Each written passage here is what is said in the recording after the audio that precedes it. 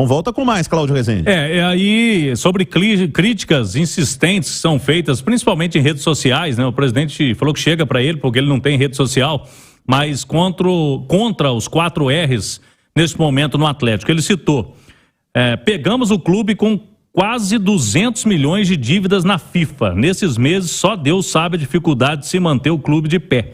Problemas sérios que não foram criados por nós.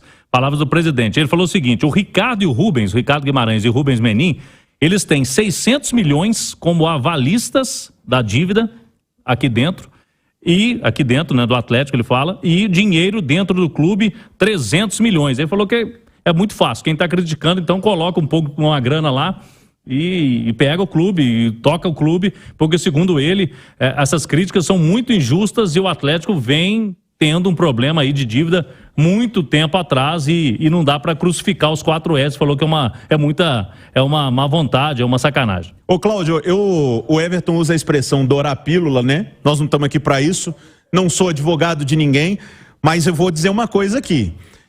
Você ser avalista de um clube de futebol em 600 milhões de reais é porque você gosta muito do clube.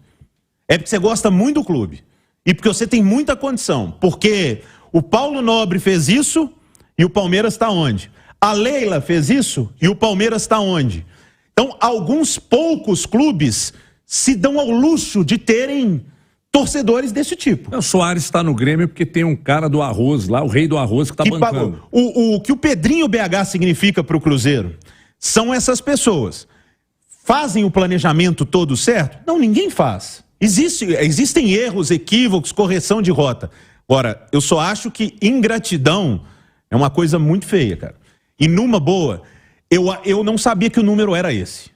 Sendo bem sincero. Além de 300 milhões, isso eu sabia, que eles emprestaram para o clube e que serão os últimos a serem pagos. Ou seja, porque a turma também ali não aperta, né, HG? Não aperta. Dinheiro de pinga pra ele. Mas avalizar em nome do clube 600 milhões, que se amanhã dá uma coisa errada no Atlético, a dívida é deles. Não é nem a SAF que vai entrar para pagar, a dívida é deles. Os caras colocaram o nome deles ali. Pensar 2 vezes. Mas ninguém avaliza também. Se o Atlético não contasse com garantias, ninguém faria, né? Então o Atlético tem suas garantias e são muito valiosas. Agora, independentemente disso, Léo, é importante que o Atlético tenha um bom processo de gestão em todas as frentes, inclusive nessa questão do futebol, porque é de onde gerou todo o problema de quinta para cá. Uhum. Se o Cudê tivesse um discurso menos ácido na quinta, tendo sido campeão no domingo, hoje o assunto seria o jogo de amanhã. As atenções estariam voltadas ao futebol, à recuperação na Libertadores, ganhar do Brasil de Pelotas, estrear no Brasileiro bem. Esse seria o assunto. Por isso, desde o início, nós destacamos aqui que o grande problema foi a exposição. Porque ele expôs o clube como um todo. Então, isso gera, inclusive, um espaço que você tem que abrir aqui para falar de coletivo, a trozoba desgraçada, coletiva, tal, aí vai lá tuir, tal, o Cudê permanece, coisa que não precisava, não tinha necessidade, porque o que de pior poderia ter acontecido, aconteceu, que é a derrota.